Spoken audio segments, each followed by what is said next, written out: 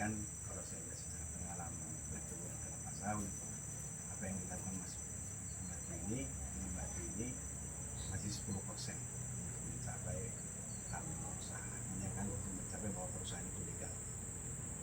Jadi mulai dari ada KKPR-nya, ada amdalnya, ada IUP-nya, sesudah IUP-nya baru ada namanya saya PAN-GTR, baru nanti ada secara tata batas, kemudian juga ada pengukuran, baru ada pengukuran.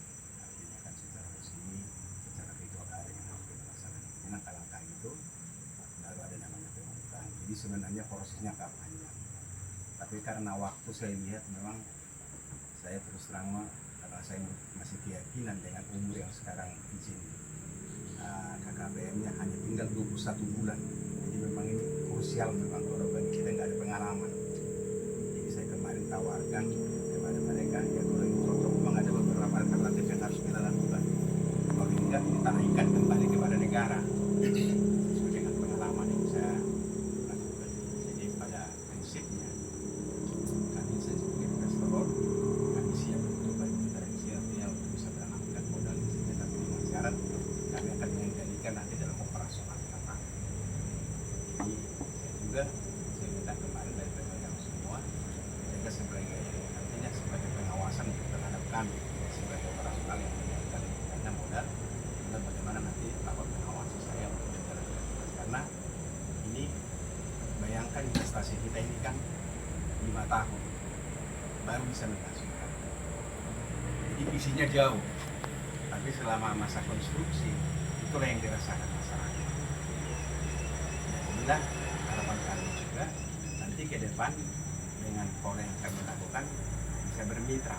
Kemarin sudah disampaikan oleh direktur bersama saya, itu ada beberapa, artinya bagaimana kredit itu bisa menghasilkan dari itu membayar kredit. Itu yang saya tangkap kemarin.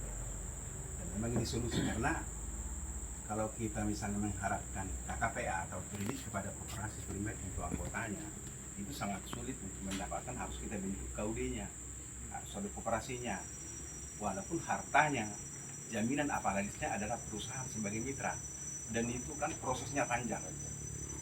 Jadi itulah memang ada salah satu solusi. Memang kalau memang ini saling saya udah susun kemarin dari tim agronomi, bagaimana menghitung untuk dashboard 48 bulan yang kita berikan kepada petani itu sekarang berkisar 80 sampai 95 juta selama 4 tahun. Itu biaya yang kita keluarkan. Dan mengembalikan itu tadi dengan saran dari Pak Direktur kemarin, bagaimana itu mengembalikan, ada nanti yang dia sesudah panen, ada diambil petani, ada juga kita bayar untuk utang. Tapi yang mengeluarkan modal adalah perusahaan. Jadi artinya kita tidak bebankan lagi bunga komersial, itu ada pinjaman dari perusahaan gitu. Jadi itulah niat baik sebenarnya gitu. Karena selama ini kan Bapak udah pernah dengar Firtran, KKPA, itu kan selalu kan jangka panjang memang jadi masalah.